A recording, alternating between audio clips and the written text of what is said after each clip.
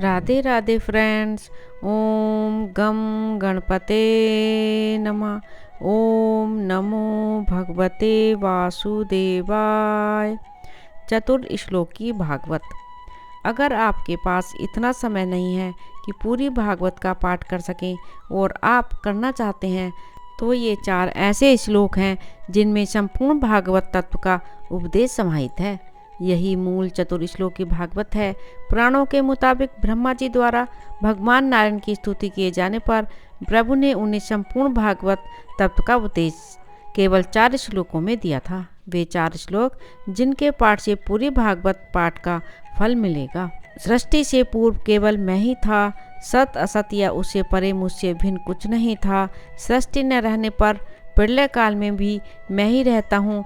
यह सब सृष्टि रूप भी मैं ही हूँ और जो कुछ इस सृष्टि स्थिति तथा प्रलय से बचा रहता है वह भी मैं ही हूँ।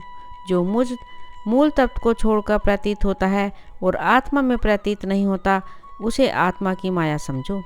जैसे वस्तु का प्रतिबिंब अथवा अंधकार छाया होता है, जैसे पंच महाभूत पृथ्वी, जल, अग्नि, वायु और आकाश संसार के छोटे बड़े सभी पदार्थों में प्रविष्ट होते हुए भी उनमें प्रविष्ट नहीं है, वैसे ही मैं भी विश्व में व्यापक होने पर भी उससे संपृक्त हूँ।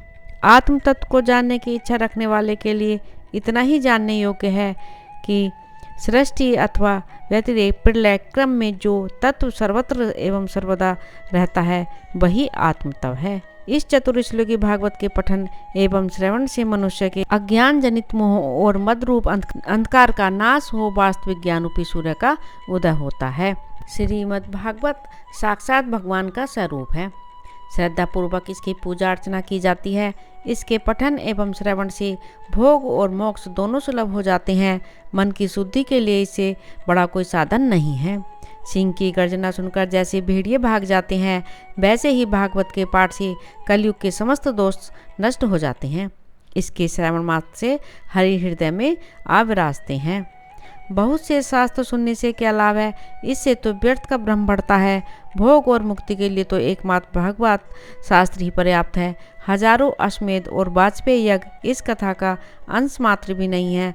फल की दृष्टि से भागवत की समानता गंगा, गया, काशी, पुष्कर या प्रयाग कोई भी तीर्थ नहीं कर सकता। आपको सम्मान के साथ सेवा का अवसर दिलाने में सहायक है यह भागवत। जनमानस में भागवत का विशेष स्थान है। अतः भागवत के ज्ञाता के लिए रोजगार की समस्या आड़े नहीं आती। आज लाखों लोग भागवत प्रवक्ता बनकर स्वयं धन कमा रहे हैं और दूसरों को भी जीवन यापन का अवसर प्रदान कर रहे हैं। इस प्रकार भागवत का ज्ञान प्राप्त करके तथा प्रवचनकार बनकर कोई भी व्यक्ति धन के साथ साथ सम्मान और यश भी अर्जित कर सकता है। भाद्रपद, आश्विन, कार्तिक, माघशीर्ष, आषाढ़ और श्रावण मास में करें ये पाठ। जिस घर में नित्य भागवत कथा होती है वह तीर्थ रूप हो जाता है। केवल पठन श्रवण ही पर्याप्त नहीं, इसके साथ अर्थबोध, मनन, चिंतन, धारण और आचरण भी आवश्यक है। वस्तुतः जगत में सुख तथा भागवत शास्त्र से निर्मल कुछ भी नहीं है। त्रिविधि दुखों के नाश, दरिद्रता, दुर्भाग्य एवं पापों के निवारण, काम, क्रोध आदि शत्रुओं पर विजय, ज्ञान वृद्धि, रोजगार, सुख समृद्धि, भगवत प्राप्ति एवं मुक्ति यानी सफल जीवन के संपूर्ण प्रबंधन के लिए भागवत का नित्य पठन श्रवण करना चाहिए, क्योंकि इससे जो फल अनायास ही सुलभ हो जाता है वह अन्य साधनों से दुर्लभ ही रहता है। भागवत रस का पान सभी के लिए सर्वदा हितकारी। श्रीमद् भागवत कथा के श्रवण से मानव मन में परमात्मा के प्रति प्रीत का उदय होने के साथ आचरण शुद्ध होता है। उन्होंने आचरणवान पुरुषों वेद सूक्ति का विवेचन करते हुए कहा कि आचरणवान पुरुष चलता फिरता वेद रूप होता है और भगवान की कथा मनुष्य को यह स्वरूप प्रदान करने में पूर्ण समर्थ है। श्री सच्चिदानंद का शाब्दिक विग्रह करते हुए कथा व्यास ने कहा कि भगवान सर्वकालिक चैतन्य और ज्ञानवान है। संसार के सभी सुख अस्थायी और क्षणभंगुर हैं, किंतु ईश्वर के सानिध्य से प्राप्त होने वाला सुख शाश्वत होता है। श्री भागवत भगवान सर्वव्यापक परमात्मा ही भगवान श्री विष्णु हैं। यह संपूर्ण विश्व भगवान विष्णु की शक्ति से ही संचालित है। वे निर्गुण भी हैं और सगुण भी। वे अपने चारों हाथों में क्रमशः शंख, चक्र, गदा और पद्म धारण करते हैं, जो किरीट और कुंडलों से विभूषित पीताम्बरधारी, बनमाला तथा कौस्तुभ मणि को धारण करने वाले सुंदर कमलों के समान नेत्र वाले भगवान श्री विष्णु का ध्यान करता है, वह भव बंधन से मुक्त हो जाता है।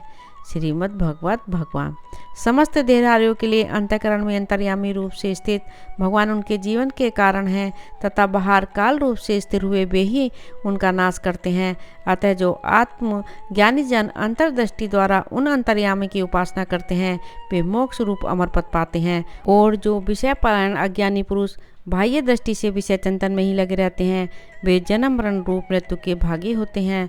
राधे राधे। ओम नमो भगवते वासुदेवाय। मेरे इस चैनल को ज़्यादा से ज़्यादा सब्सक्राइब करें, लाइक करें और शेयर करें।